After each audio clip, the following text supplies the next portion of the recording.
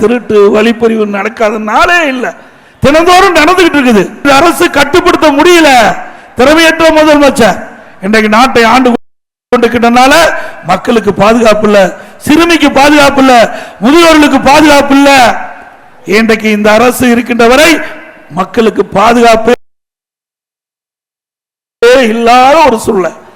யார வேணாலும் வெட்டுறான், யார வேணாலும் குத்தி கொலை செய்யறான். கேப்பாரற்ற தமிழ்நாடா மாறி போச்சு. எவ்வளவு மோசமான ஆட்சி இதுவரை தமிழகத்தில் இல்ல.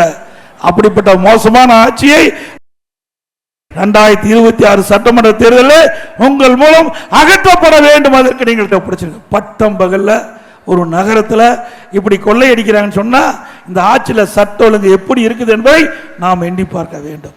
ஆக இந்த ஆட்சியில் சட்ட ஒழுங்கு அடியோடு சீர்கெட்டு விட்டது. இதற்கு காரணம் போதைப் பொருள்.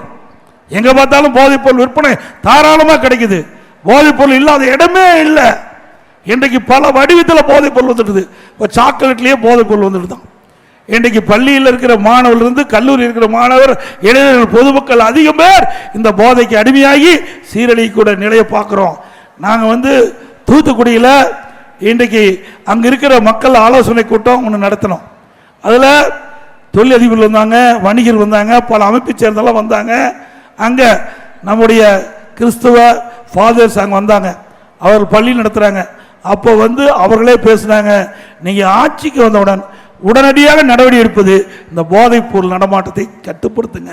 மாணவர்கள் எல்லாம் தட்டி கேட்க முடியல, எல்லாம் போதையிலே வர்றாங்க. நாங்கள் தட்டி கேட்டால் எங்களையே தாக்கக்கூடிய சூழ்நிலை ஏற்பட்டிருக்குது. நீங்க இதை தடுக்கிறதுக்கு நடவடிக்கை எடுக்க வேணும். நாங்கள் முழு ஒத்துழைப்பு உங்களுக்கு தருவோம் என்று பகிரங்கமா அந்த கூட்டத்தில் தூத்துக்குடியில் பேசினாங்க ஒரு ஃபாதர். இப்படிப்பட்ட நிலைமை தமிழகத்தில் நிலவி கொண்டிருக்கிறது.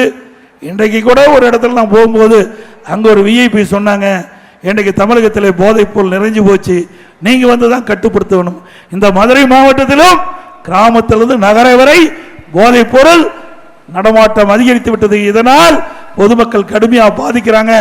இதை உரிய நடவடிக்கை எடுத்து மக்களை காப்பாற்றுங்கள் என்று அவரின் இடத்திலே சொன்னார். எதற்காக சொல்லிட்டு சொன்னா, இன்னைக்கு எதை வேணாலும் தடுத்து விடலாம். நாம் பெற்ற குழந்தைகள் நம் கண் முன்னே அழிகின்ற சூழ்நிலை தமிழகத்திலே வந்துவிட்டது என்பதை மட்டும் நேரத்தில் எண்ணி பார்க்க வேண்டும். பிளே ஸ்டோர் மற்றும் ஆப் ஸ்டோரில் இருந்து பாலிமர் செயலியை QR கோடு மூலம் பதிவிறக்கம் செய்யுங்கள். செய்திகளை உடனுக்குடன் பெறுங்கள்.